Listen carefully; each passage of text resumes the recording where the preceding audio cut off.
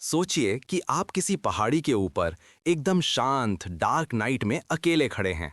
ऊपर आसमान में अरबों तारे टिमटिमा रहे हैं। पर कौन जानता है कि उन्हीं तारों के बीच कहीं कोई एलियन भी अपनी दुनिया से इसी तरह आसमान को निहार रहा हो, हमारी धरती की तरफ। हमारी मिल्की वे गैलेक्सी में ही लगभग 100 अरब से भी ज्यादा तारे हैं, और हमारे गगनचुंबी पड़ोसी एंड्रोमेडा गैलेक्सी में भी इतने ही तारे मौजूद हैं। पर सोचिए, ऑब्जर्वेबल यूनिवर्स जिसे हम आज तक जान सके हैं, साइंटिस्ट्स के हिसाब से उसमें लगभग 2 ट्रिलियन गैलेक्सीज हैं, और हर एक गैलेक्सी में अरबों खरबों तारे, और ज्यादातर तारों के चारों तरफ कई प्लैनेट्स, और किसी रैंडम प्लैनेट पर जीवन के लिए पोटेंशियली फेवरेबल एनवायरनमेंट।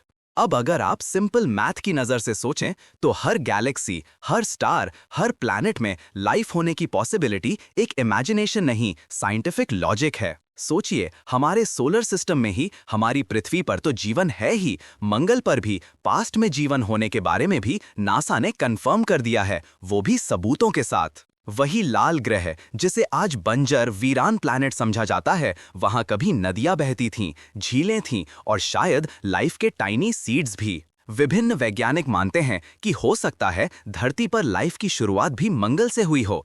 एस्टेरॉइड्स या कॉमेट्स के जरिए माइक्रोब्स मंगल से धरती पर आ गए हों। अब सोचिए, जब हमारी धरती आग और जहरीली गैसेस का नरक थी, तो हो सकता है मंगल ग्रह पर जीवन अपनी पहली सांस ले चुका था। पर और डीप जाएं तो दूसरी पॉसिबिलिटी भी है।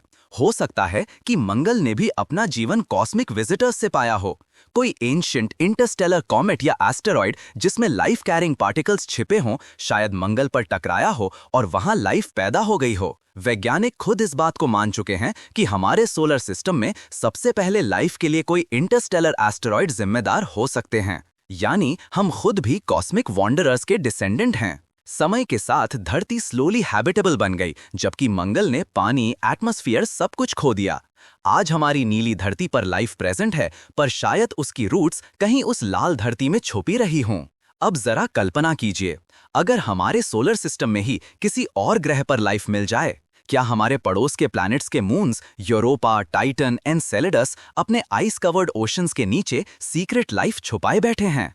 अगर ऑब्जर्वेबल यूनिवर्स में अरबों ग्रह हैं और उनमें से सिर्फ 8% पर भी लाइफ सस्टेनिंग कंडीशंस हैं, तो हमारे कॉस्मिक पड़ोस में लाइफ ढूंढना नामुमकिन नहीं दिखता। अब यहां से शुरू होती है एलियन लाइफ की खोज, एक साइंटिफिक एडवेंचर जो क्यूरियोसिटी, थ्रिल और पॉसिबिलिटी से भरी है। और यही इस टॉपिक को इतना एंगेजिंग बनाता है। अब बात करते हैं सबसे नजदीकी स्टार सिस्टम की, अल्फा सेंटोरी की। धरती से मात्र 4.3 लाइट ईयर्स दूर Alpha Centauri A, Alpha Centauri B और प्रॉक्सिमा सेंटोरी वो सिस्टम्स हैं जहां पर कम से कम 2 एक्सोप्लैनेट्स खोजे जा चुके हैं। इनमें से प्रॉक्सिमा बी तो अपनी स्टार की हैबिटेबल जोन में है। सोचिए, अगर वहां पानी है तो लाइफ की संभावना को नजरअंदाज नहीं किया जा सकता। अब क्यूरियोसिटी यहीं नहीं रुकती। क्या एलियन लाइफ हमसे एडवांस्ड है? क्या वो हमें ऑब्जर्व कर रहे हैं? 100 साल से ज्यादा हो गए जब इंसान ने पहली बार radio signals and communication signal space में ब्रॉडकास्ट किए। ये सिग्नल्स आज लाइट स्पीड से पूरे स्पेस में फैल रहे हैं। लगभग 100 लाइट ईयर्स के दायरे में हजारों तारे हैं जिन तक हमारे सिग्नल्स पहुंच गए हैं। अगर इनमें से किसी पर कोई इंटेलिजेंट सिविलाइजेशन है, पावरफुल टेलीस्कोप्स हैं, तो शायद वो हमारी पहली ब्रॉडकास्ट अब तक सुन चुके हों। पॉसिबली वे हमारी सिटीज की लाइट पोल्यूशन डिटेक्ट कर सकते हैं या हमारे प्लैनेट की एक्टिविटी। अब सवाल आता है, अगर हम अपने मॉडर्न टेलीस्कोप्स जैसे जेम्स वेब टेलीस्कोप, जो कि इंफ्रारेड लाइट को डिटेक्ट कर सकता है, से एक्सोप्लैनेट्स के एटमॉस्फेयर की गैसेस जैसे ऑक्सीजन, मीथेन वगैरह डिटेक्ट कर सकते हैं, तो कई लाइट ईयर्स दूर एडवांस्ड एलियंस हमारी धरती को और भी माइक्रोस्कोपिक डिटेल में एनालाइज कर रहे होंगे। इंफ्रारेड लाइट की ये खासियत है कि वो यूनिवर्स में गैस क्लाउड्स वगैरह को आसानी से पार कर हम तक पहुंच जाती है, जबकि नॉर्मल विजिबल लाइट ऐसा नहीं कर सकती। हबल स्पेस टेलीस्कोप भी बहुत पावरफुल था, लेकिन वो इंफ्रारेड लाइट को डिटेक्ट करने के लिए नहीं बना था। इसलिए शायद एलियंस हमारी cloud patterns, forest coverage, ocean currents, यहाँ तक कि इंडस्ट्रियल पोल्यूशन भी देख सकते हैं। वाओ, सोचिए, वो एलियंस हमारी प्लैनेट की वेदर एक्टिविटी भी देख सकते हैं। लेकिन अगर वो हमें देख सकते हैं तो कांटेक्ट क्यों नहीं करते? यही आता है फर्मी पैराडॉक्स। अगर इंटेलिजेंट सिविलाइजेशंस की पॉसिबिलिटी इतनी हाई है, तो एलियंस एक्चुअली हैं कहाँ? अब यहीं से कुछ थ्योरीज बनती हैं, जैसे हो सकता है इंटेलिजेंट लाइफ रेयर हो, हो सकता है एडवांस्ड सिविलाइजेशंस ने खुद को एक्सीडेंटली डिस्ट्रॉय कर लिया हो, जैसे due to nuclear war, climate collapse, cosmic disasters के कारण। या फिर वो कॉन्शियसली हमसे दूर रहना ही बेटर समझती हों, हमें एक कॉस्मिक जू की तरह ऑब्जर्व करती हों। इस कॉन्सेप्ट को कहते हैं जू हाइपोथेसिस। इमेजिन करिए जैसे हम वाइल्ड लाइफ डॉक्यूमेंट्रीज में एनिमल्स को दूर से ऑब्जर्व करते हैं, शायद वही एलियंस हमारे साथ कर रहे हैं।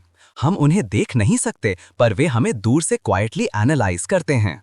ये भी पॉसिबल है कि वो हमसे ऊंची डायमेंशन में रह रही हों और वो हमें आसानी से देख सकती हों, लेकिन हम उन्हें नजदीक होने के बाद भी देख नहीं पा रहे हों। अब नेक्स्ट सस्पेंस ट्विस्ट। अगर एलियंस हमें देख ही रहे हैं, तो वो हमारे प्रेजेंट को नहीं, पास्ट को देख रहे होंगे। यूनिवर्स में लाइट को ट्रैवल करने में टाइम लगता है।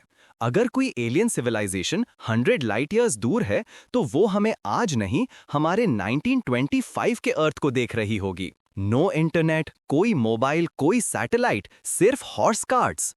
और जो सिविलाइजेशंस 65 मिलियन लाइट ईयर्स दूर हैं, उस तक अभी तक सिर्फ डायनासोर्स की इमेजेस पहुंची हैं।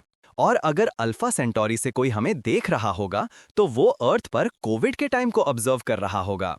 1977 में ओहायो स्टेट यूनिवर्सिटी के रेडियो टेलीस्कोप ने एक सुपर इंटेंस सिग्नल डिटेक्ट किया था, जिसे वाउ सिग्नल कहते हैं। साइंटिस्ट्स आज तक नहीं समझ पाए कि वो सिग्नल नेचुरल था या किसी इंटेलिजेंट सिविलाइजेशन का एक्सीडेंटल हेलो।